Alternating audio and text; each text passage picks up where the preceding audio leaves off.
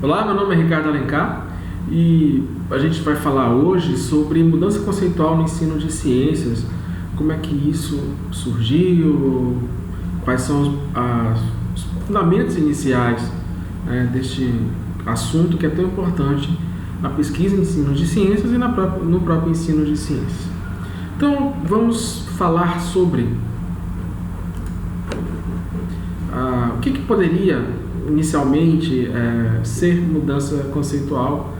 Um conceito bem simples, né? É o processo pelo qual os conceitos e relações entre esses conceitos mudam ao longo do tempo da vida de uma pessoa individual ou sobre o curso da história. A gente pode falar da pessoa, você, eu, ao longo da nossa vida, desde bebê até a maior idade possível, né? antes de morrer.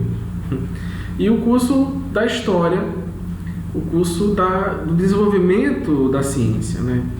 Atualmente, dos últimos anos, na verdade, são 3 grandes campos, né, que ajudam, que se complementam, que é a psicologia cognitiva, desenvolvimento, a educação científica e de história e filosofia, a filosofia da ciência, que buscam compreender essa ideia de mudança de conceitos.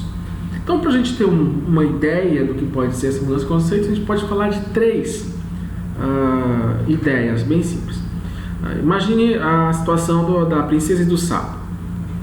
E aí a princesa beija o sapo se transforma num príncipe.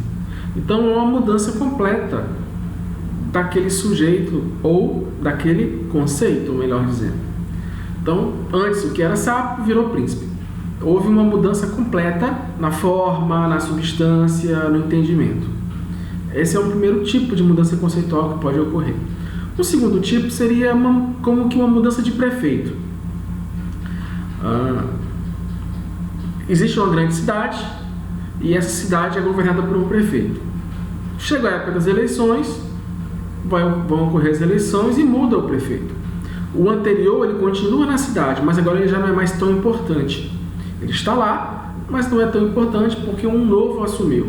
Então a ideia é mais ou menos essa. Os conceitos vão coexistir, só que ainda um vai prevalecer sobre o outro, um vai dominar o outro, né? Vai ter mais poderes para a vivência da cidade. Um terceiro tipo de mudança conceitual que a gente pode entender é o seguinte. Imagina uma casa do século XIX, que não tinha energia elétrica, que não tinha banho quente, que 2, 3 cômodos, banheiro lá fora, ou nem tem banheiro e tudo mais. Com a modernidade, com o avanço do conhecimento, essa casa ela vai modificando, ela vai tendo mais cômodos, ela vai tendo uma mudança porque vai entrar energia elétrica, ela começa a se desenvolver, começa a ter novas mudanças que vão fazendo com que esta casa cresça, com que esta casa se desenvolva. Entendido? Então a gente pode imaginar a mudança conceitual com essas três ideias.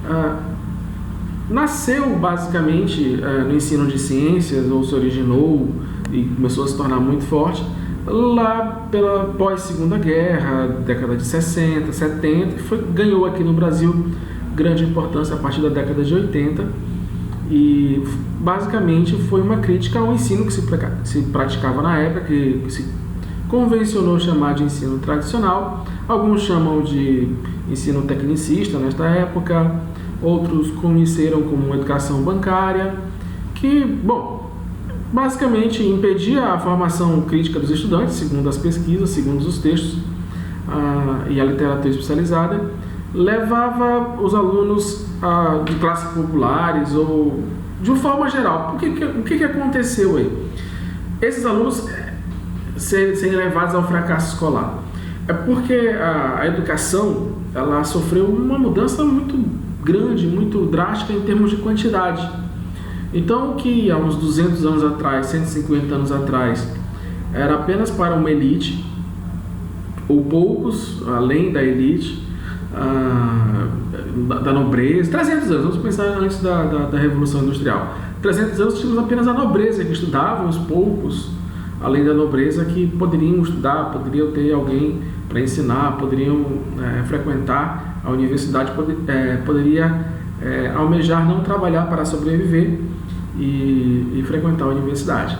Então, com a mudança do sistema econômico, com a mudança do sistema político, houve um avanço muito grande no mundo, né? O mundo era extremamente pobre em termos de grande maioria das pessoas e mudou ao longo desse tempo. Ainda existe pobreza, mas ocorreu que mais pessoas ao longo da discussão da sociedade foram tendo acesso a outros benefícios. E esses benefícios, um deles é a educação, que antes era apenas uma parte da população e agora aumentou. Então, essa grande quantidade de pessoas que estão começaram a acessar a educação formal, a escola fundamental, o ensino médio, o nível superior, isso fez com que uma massa gigantesca de pessoas entrassem. E os problemas agora, além de qualitativo, também tem a quantidade. Então, segundo as classificações, segundo as avaliações, o ensino tradicional não estava dando conta de formar bem essas pessoas, e isso fez com que houvesse um movimento para se estudar como ensinar melhor. Um fato que você vai perceber muito no ensino de ciências é que após a Segunda Guerra houve uma corrida armamentista, tecnológica, muito por conta da Guerra Fria, que pôs dois grandes blocos, né? Bloco dos Estados Unidos, Inglaterra, bloco da União Soviética, e começou assim uma corrida para ver quem poderia mais. Ao final desse período, a gente sabe hoje em dia que não existe mais esses dois grandes blocos, mas houve uma reorganização em nível mundial. Mas na educação isso foi bem aproveitado, vamos dizer assim, porque as pessoas essa vontade de se desenvolver começaram a pesquisar e a melhorar o próprio sistema educacional. Essa disputa fez com que as pessoas se dispusessem a investir na educação, os governos, né, as políticas governamentais a investir na educação. Tanto que, provavelmente, os seus avós, se não é o caso de vocês, no meu sim, não cursaram, nem todos cursaram até o final do fundamental. E provavelmente os seus pais ou cursaram o nível médio ou o nível superior. E provavelmente você e seus irmãos já têm mais acesso ao nível superior. Então, podemos perceber que ao longo de poucas gerações houve uma mudança muito grande, né? Um desenvolvimento muito grande. Bom, e também é uma crítica a esse ensino tradicional, porque ele acaba levando a um baixo nível de estímulo à atividade intelectual. Podemos dar um exemplo nas escolas que apenas se preocupam em desenvolver para concurso ou para o vestibular, né? E a crítica se dá porque acaba causando apenas um tipo de ensino, tanto que nos cursinhos é muito comum os professores usarem muito de brincadeiras, usarem muito de piadas, de um relacionamento para cativar os alunos, para que assim eles possam ensinar melhor, dando macetes, músicas. Essa charge ela é bem interessante porque ela mostra isso, né? Como é que era a música para decorar a fotossíntese?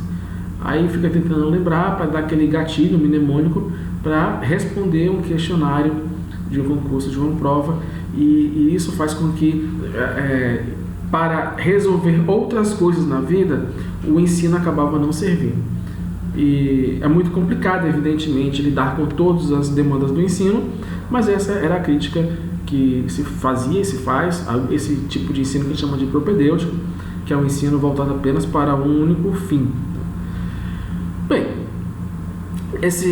devido, né, então, essa fragmentação de conteúdo, podemos lembrar essa questão de memorização simplesmente mecânica, a ausência de atividades práticas, como laboratórios, pesquisas, como faz um cientista, tentando imitar um pouco a questão do cientista, gerou e gera dificuldade de transferência de conhecimento, o conhecimento produzido até hoje e mais ou menos organizado nos livros didáticos, para serem, não só livro didático, mas no currículo de uma forma geral, e serem transmitidos para as novas gerações, que basicamente é o que a escola se propõe a fazer.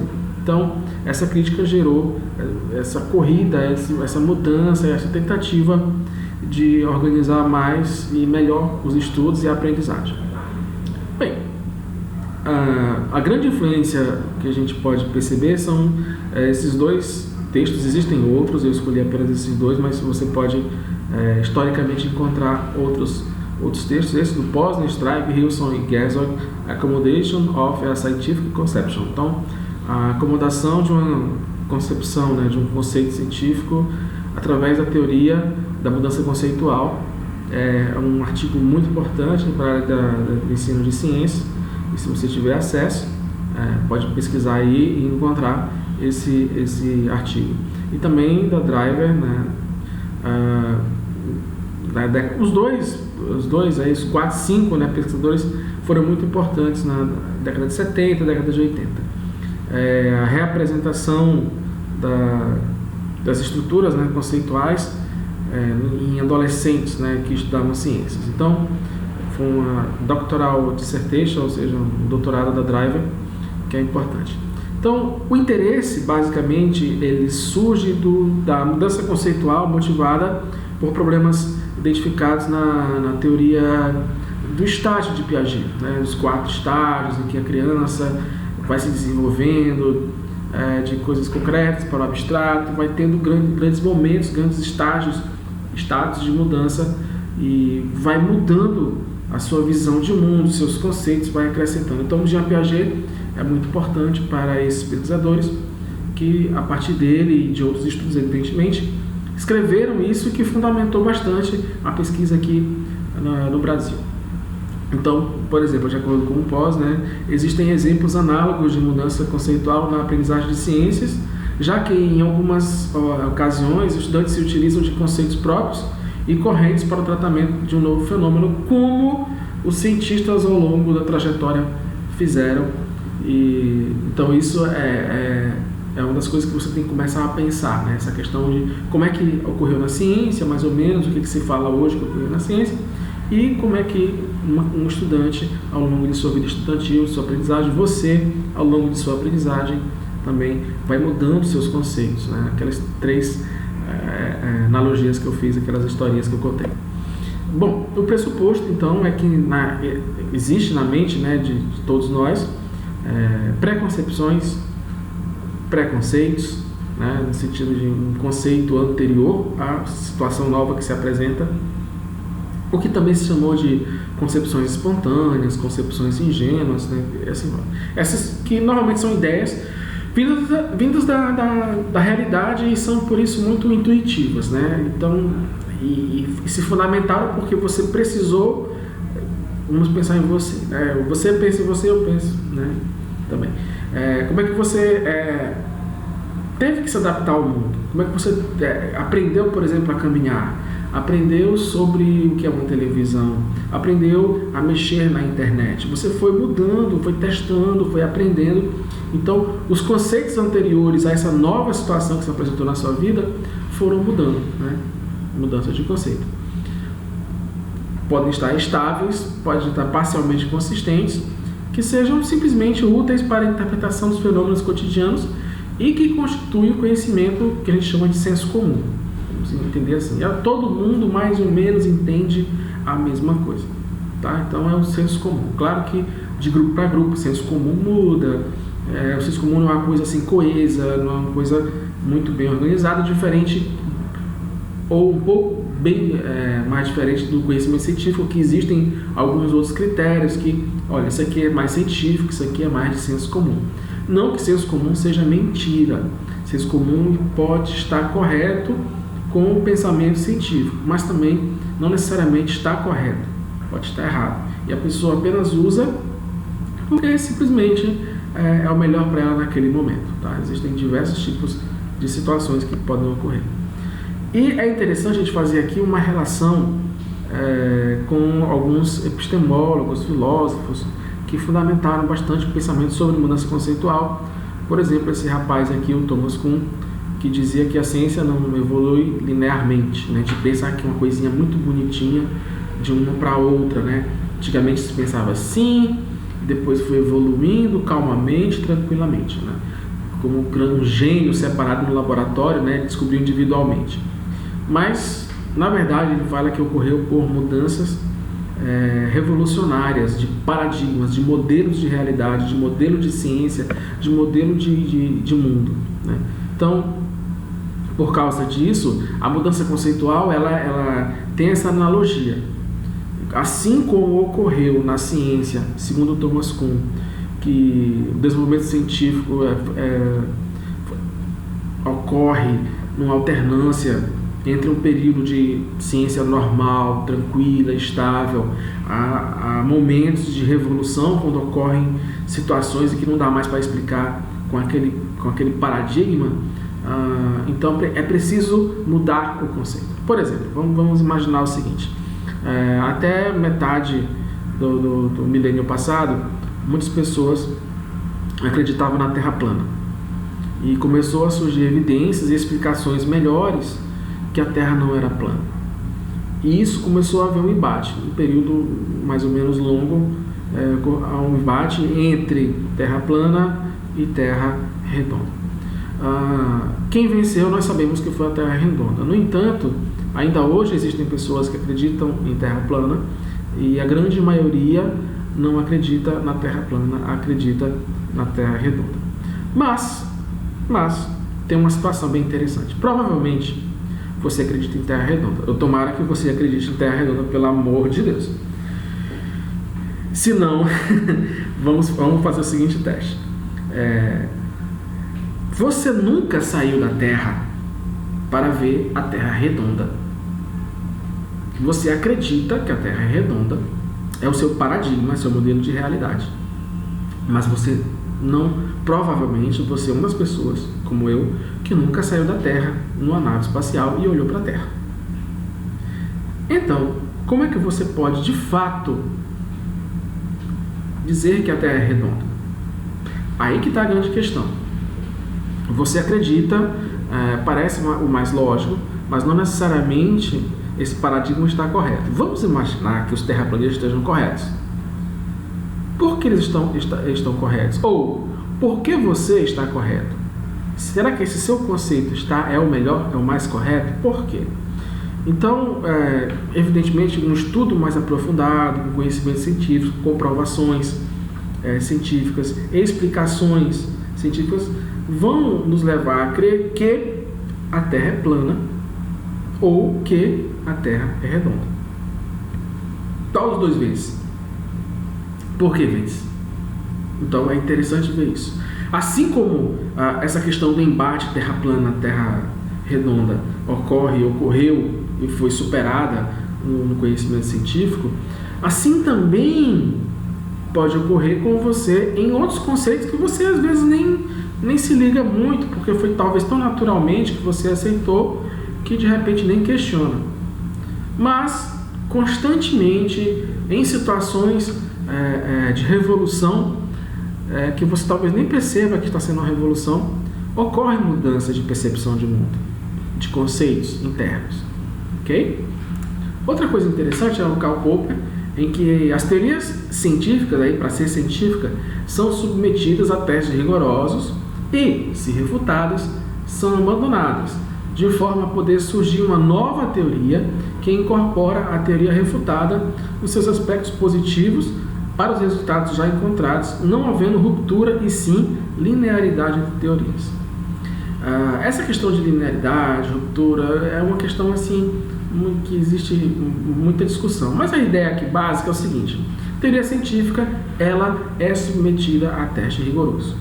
Que teste rigoroso? O teste da realidade, o teste da predição, o teste da explicação, né? E aí você pode, por exemplo, pensar no seguinte: o que explica a vida?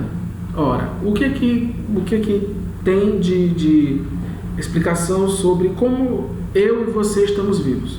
Basicamente, existe uma organização mínima, chamada de célula, e ela, ao se agrupar, vão formando um monte de coisa mais complexa, e essa coisa mais complexa a gente chama de seres, né, de animais, de plantas e que se reproduzem.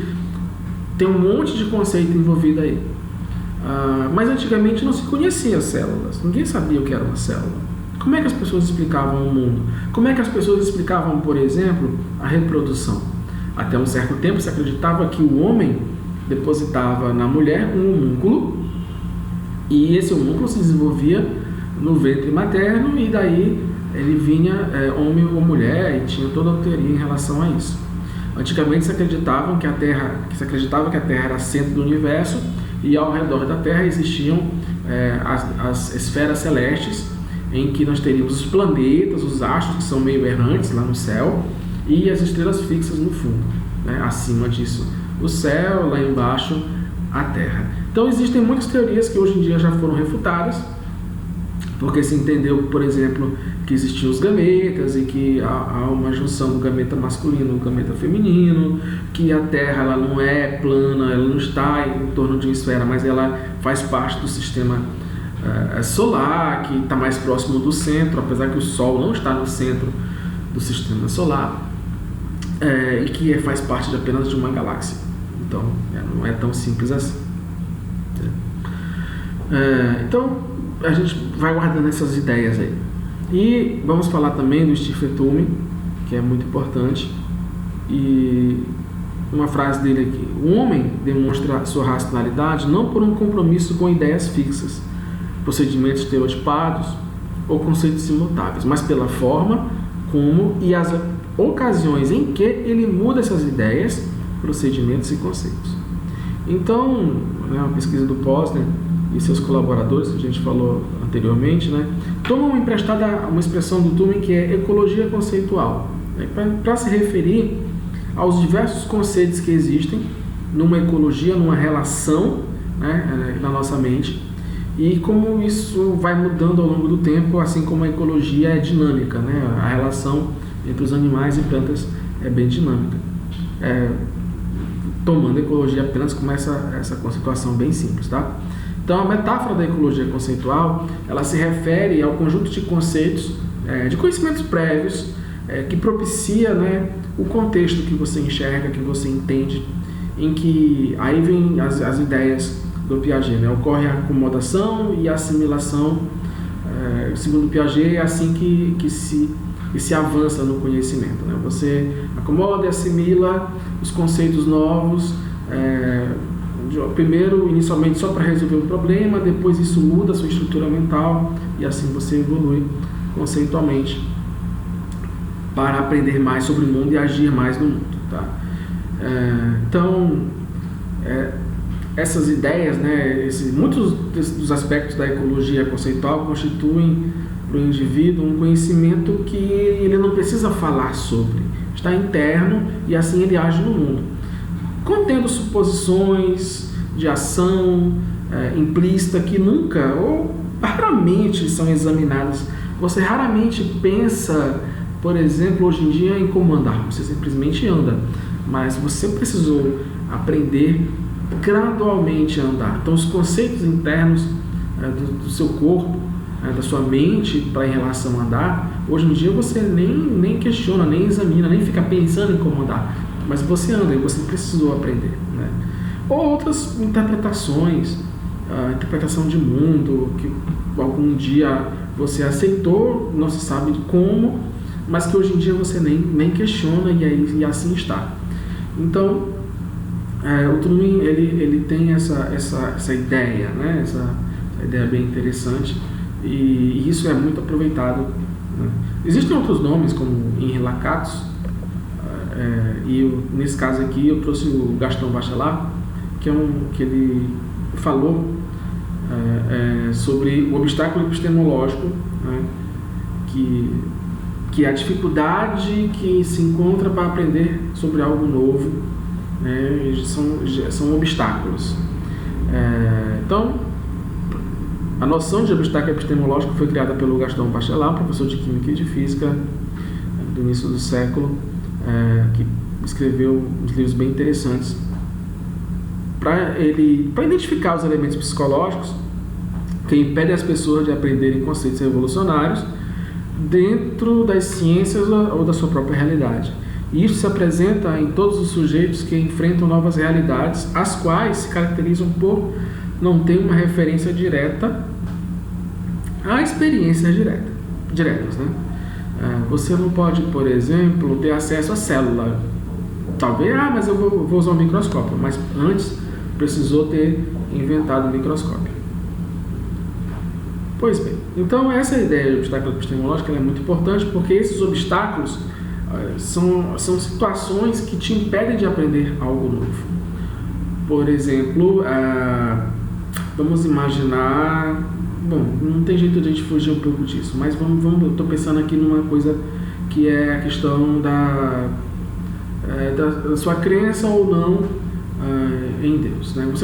Você que acredita em Deus e interpreta literalmente a Bíblia, vai dizer, ou aprendeu que Deus criou o mundo em 7 dias. Mas aí vem a escola um dia, ou as aulas, e fala de teoria da evolução e da geração da vida como uma teoria, né? E tem diferente da criação que é escrito na Bíblia.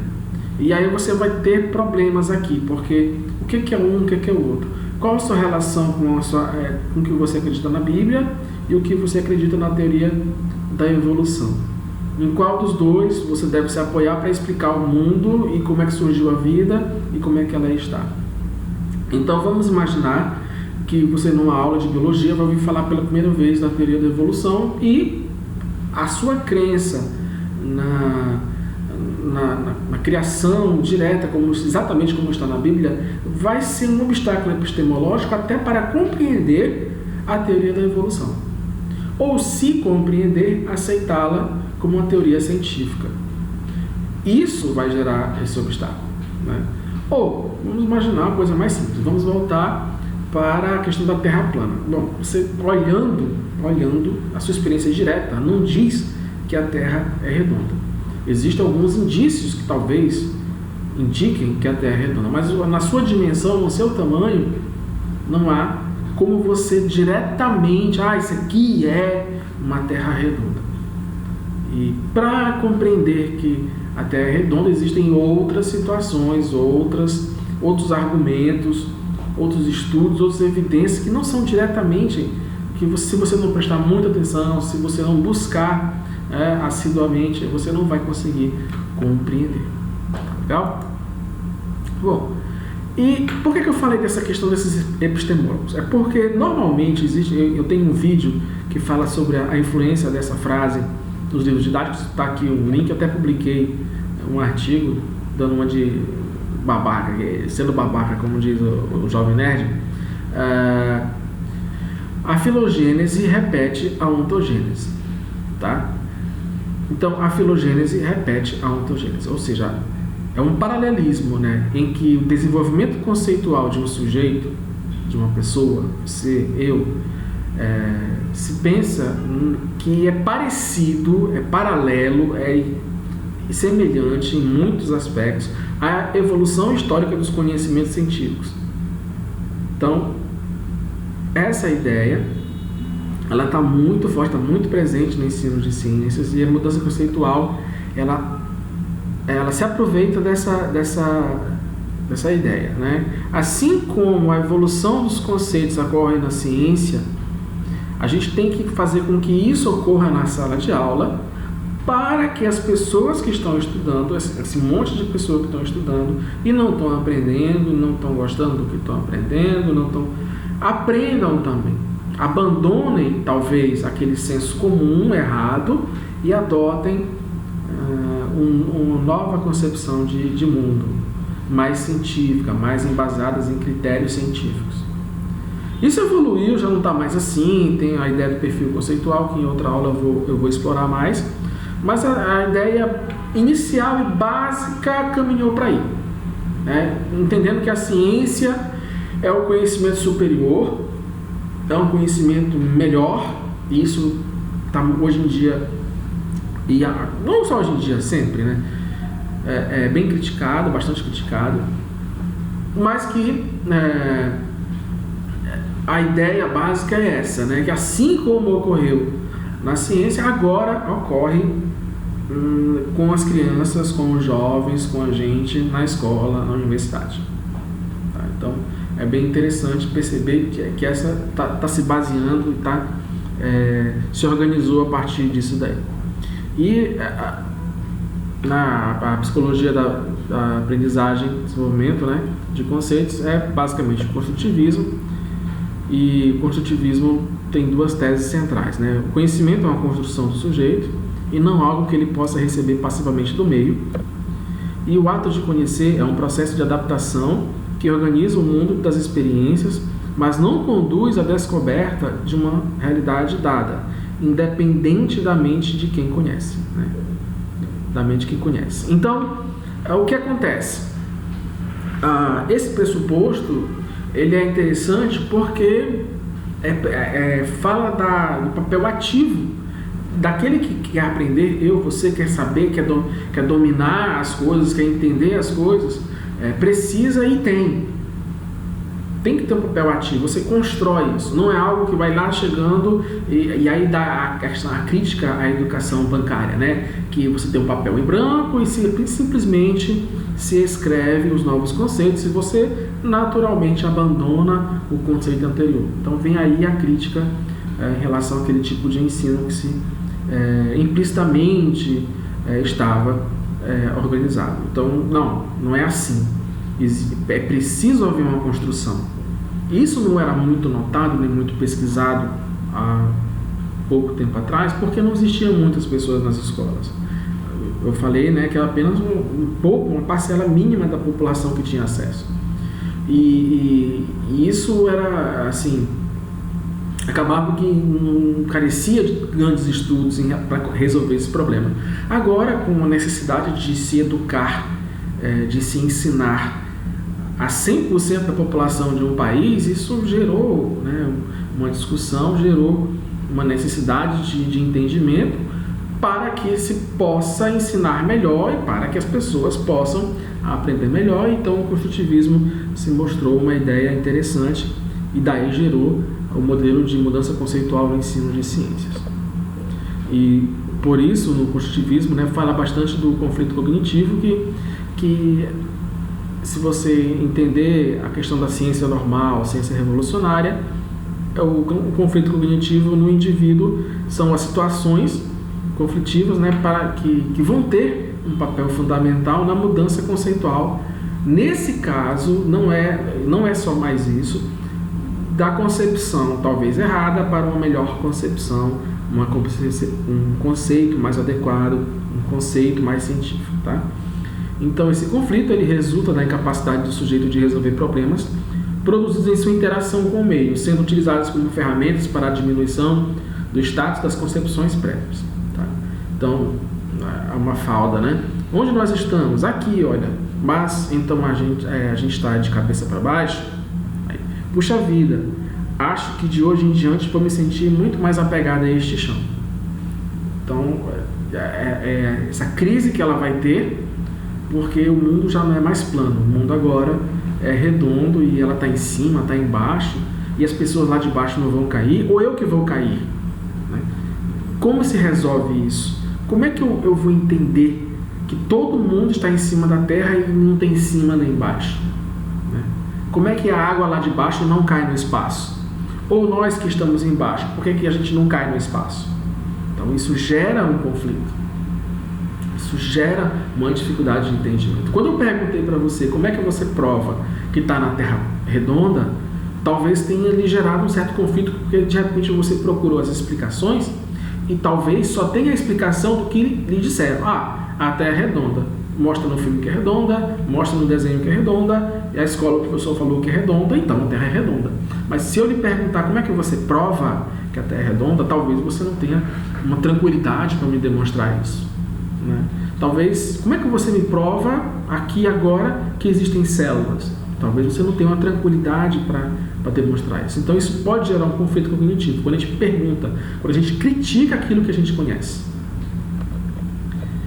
Mas, como é que a gente entende então essa questão da mudança? Por que a ideia que se vai mudar? Em que momento isso ocorre, né? Então existem essas 4 palavrinhas bem importantes que vão explicar por que se abandona, como se abandona ou porque se abandona um conceito e se muda para outro. Então tem que ser inteligível, tem que ser plausível, tem que ser fértil e geralmente fruto de uma insatisfação, seja pessoal, seja provocada. Bom, inteligível, porque tem que ser, você tem que entender o que ela significa, você tem que entender uma forma de falar sobre ela tranquilamente, de representá-la, de apresentar para outra pessoa ou para si mesmo. Você vai compreender como a experiência da sua vida ela pode ser estruturada e explorada a partir de você e você conseguir compreender tranquilamente, se explicar até, né? A gente fala que se entende alguma coisa realmente, se compreende alguma coisa realmente, é porque você consegue explicar sobre isso. Quando você consegue explicar, você pode dizer que entendeu. Então tem que ser inteligível.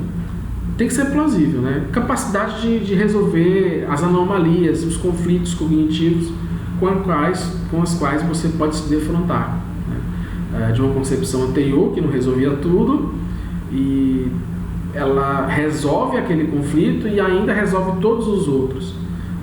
Entender que você consegue compreender bem diante daquele conflito, né, e consegue explicar todo o resto sem gerar novas anomalias. E se gerarem novas anomalias, novos conflitos, ou você abandona ou você adapta isso daí para outro conceito. Então você vai mudando esse conceito, né? Então tem que ser plausível, tem que ser fértil. E também traz algo, já estou explicando meio junto tudo, né? Traz algo de valioso. Por quê? Porque consegue, esse novo conceito, quando ocorre a mudança, consegue explicar de forma mais simples, mais, a gente diria, elegante, mais econômica as situações. Vou dar um exemplo aqui. Antigamente se pensava que a Terra era plana, centro do universo, tinha o mundo sublunar, o mundo supralunar, os planetas, né, os astros e o céu fixo. E tinha um grande problema, ocorriam e ocorrem, evidentemente, eclipses, as estrelas ficavam meio que fixas, mas os planetas se moviam, tinha as estações do ano. Então, como é que se explicava tudo isso? Como é que você conseguia? Então, o homem, desde sempre, procura explicar as coisas. E o que acontece, então? Acontece que, ao tentar explicar isso tudo, se criaram diversas teorias, e tinha a teoria dos 4 elementos, tinha a teoria do mundo sublunar, o mundo supralunar, o mundo sublunar imperfeito, o mundo supralunar perfeito. Os planetas eram os astros errantes, daí a ideia de deuses que andavam pelo mundo, o Sol era o deus Apolo, e assim vai, né? E com o tempo isso foi questionado, porque, por exemplo, não conseguia prever com exatidão o próximo eclipse, que eclipse sempre ocorria e sempre ocorreu, não conseguia prever bem, bem que eu digo assim, com precisão que a gente tem hoje, de tal dia começa o verão, tal dia, tal hora começa o inverno, e assim vai. Então, os problemas eram explicados, as situações eram explicadas, mas não eram da forma econômica e elegante que é hoje, e em relação àquela, evidentemente. E conseguia resolver melhor, com mais precisão e de forma mais simples. Apesar da matemática envolvida às vezes ser meio complicada para a gente dominar, mas em comparação com a primeira teoria, é bem melhor a de hoje, que a Terra não é o centro do universo, que não existe essas esferas, os astros não são deuses, não são astros errantes, né, planetas, esses astros errantes. Então, a explicação nova ela é melhor. Voltando à ideia lá do homúnculo, como é que se explica que o filho tem característica das mães também? Não é simplesmente um homúnculo, existe alguma coisa que mistura lá dentro, tá? Então a nova vida concebida, ela é uma junção entre pai e mãe, tá? Então, ser inteligível, plausível e fértil são grandes critérios para se adotar um novo conceito, geralmente vindo de uma insatisfação. Tá? E aí, né, voltando lá o pessoal pesquisador, né, Posner, Strike, Hilson e Gerzog, a orientação, então, um modelo de ensino a partir da mudança conceitual para confrontar concepções alternativas, ingênuas, de senso comum dos estudantes, com situações contraditórias para provocar o conflito cognitivo. E, com a superação do conflito cognitivo, levaria à construção de novos conceitos, de forma a substituir os anteriores. Portanto, o senso comum sendo substituído pelo científico, ou mais científico, trazendo a ideia de um novo senso comum, só que agora é embasado mais na ciência. Então é senso comum hoje muita coisa que antigamente foi revolucionário, que gerou brigas, discussões e morte e tudo mais. Tá legal? Então vamos lá. E aí eu vou dar aqui um exemplo de concepções de alunos, né? A ideia que nas crianças pequenas de que o sol, a lua, as nuvens, o fogo são vivos, já que se movem. Concepções desse tipo são conhecidas como animistas, já que existe vida. Isso aí vem muito do obstáculo epistemológico lá do Gaston Bachelard. Concepções antropomórficas, isto é, que atribuem características humanas a seres não humanos. A fala de pais e professores às vezes ajudam a criar esse tipo de interpretação. A árvore, você bateu nela, ela chora. Ou então a gente imagina que os brinquedos se movem quando a gente não está na sala, né? A ideia de que plantas não são vivas. A ideia de que diversos seres vivos, carrapatos, minhocas, lesmas, vermes, o mofo, podem surgir do nada, né? Do mato, da terra, da água, do lixo, de coisas podres. Ou seja, a ideia de que muitos seres vivos são originados, que seres vivos são originados de forma espontânea. A ideia de que uma espécie pode transformar em outra. O rato, quando fica velho, vira morcego. A ideia de que a evolução se dá pela modificação dos indivíduos, né? Como no caso dos personagens de Pokémon, que passam uma metamorfose, dá origem a uma forma evoluída, melhorada. Apesar da gente encontrar isso na lagarta, que vira borboleta, mas como é que isso ocorre? Será que se transforma numa coisa diferente? O que é isso, né? Você sabe que, segundo a teoria sintética da evolução, as modificações evolutivas decorrem de transformações em nível de população e não do indivíduo. É uma coisa, né, bem mais complicada falar aqui da teoria da evolução, mas é algo muito maior, com muito mais tempo, e são coisas meio que aleatórias, né? Adaptação meio... Em física, por exemplo, a ideia de que vivemos no interior da esfera do planeta Terra e não na superfície dessa esfera. A ideia de que a Terra está parada e o Sol é que se movimenta, a ideia de que movimento requer força, ou considera a força e a energia como sinônimo, e aí se não tem força, não tem movimento, se não tiver uma força agindo resultante, não tem movimento, força e energia é a mesma coisa. A ideia de que as roupas que vestimos nos fornecem calor, né? A ideia de que certos materiais são frios e outros são quentes. Então a gente trabalha muito isso na física, essa ideia, como é que isso se resolve, quais são os conceitos científicos em relação a isso, capacidade térmica, calor específico, assim vai. A ideia de que a sensação de frio ocorre quando entramos em contato com a substância, né, com a substância fria.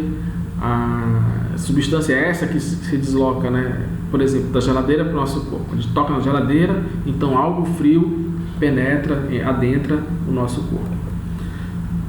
A ideia de que a matéria é contínua, a gente olha para a mesa, a mesa é contínua, não existe espaço entre, ela não pode ser atravessada, né? Ela é sólida, um ferro, não existe descontinuidade.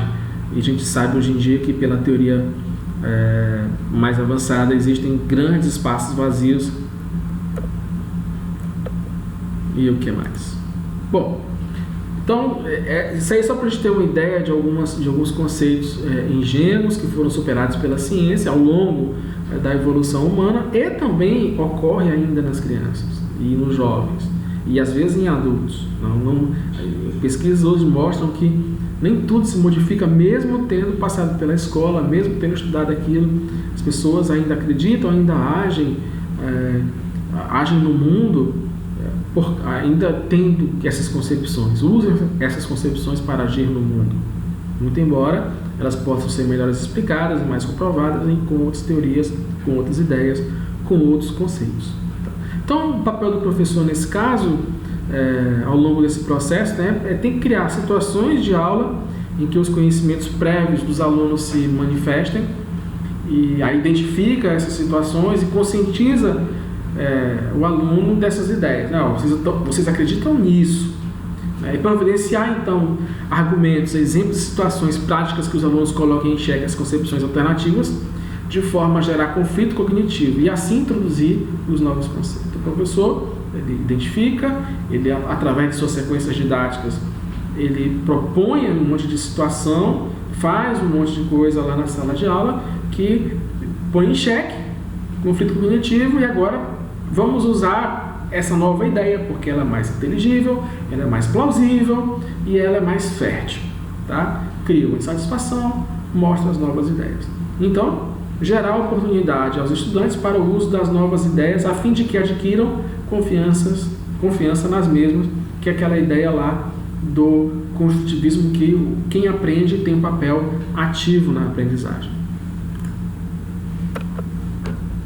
Por exemplo, se o aluno acredita que a lã é usada em agasalhos pelo fato de ser quente, pode-se mostrar a ele um cubo de gelo envolto em lã derrete mais devagar que um cubo de gelo diretamente exposto ao ar.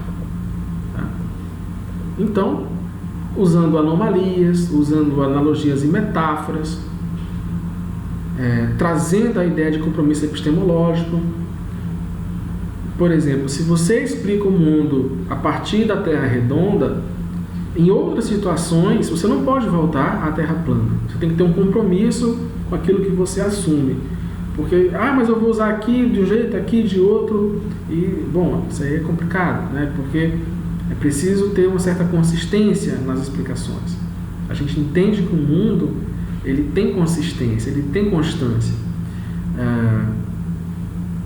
Então, crenças e conceitos metafísicos, né, tem que ser levados em consideração, tanto a respeito da ciência, como em relação a conceitos específicos, por exemplo, espaço absoluto, espaço relativo. O espaço é ou não absoluto?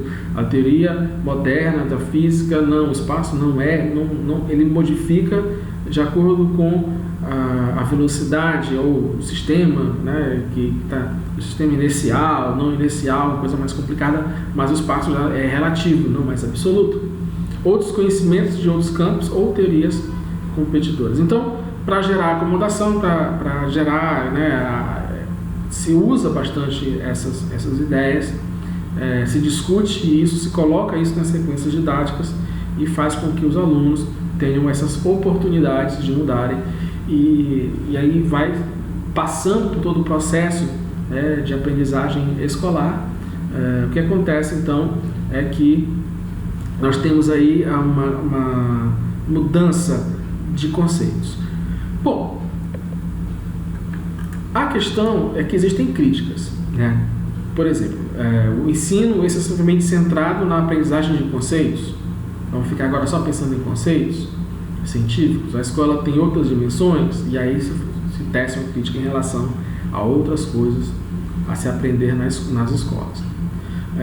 Trata a aprendizagem como se ela dependesse apenas da análise racional do objeto de estudo, quando na prática as pessoas se aproximam ou se afastam de determinadas concepções em função de vários fatores: cultural, psicológico, afetivo, subjetivo, de grupos, né, de grupos de pessoas, de grupos culturais, de grupos de diversos tipos de pessoas.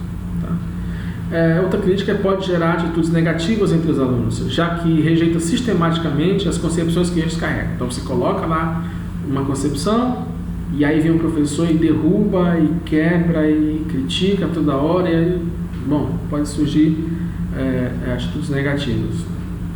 Eu estou falando aqui de forma geral essas críticas, não necessariamente elas têm toda a correção sobre os fatos, mas que você tem que entender que simplesmente vamos adotar agora a mudança conceitual e não vai ter problema nenhum na educação. Isso não é verdade. Ignora o fato de que as pessoas podem oscilar entre duas ou mais explicações, muitas vezes contraditórias. Ora ela usa ora ela usa outra. É aquela questão lá do compromisso epistemológico, que a pessoa às vezes nem sabe que está quebrando esse compromisso. Tá?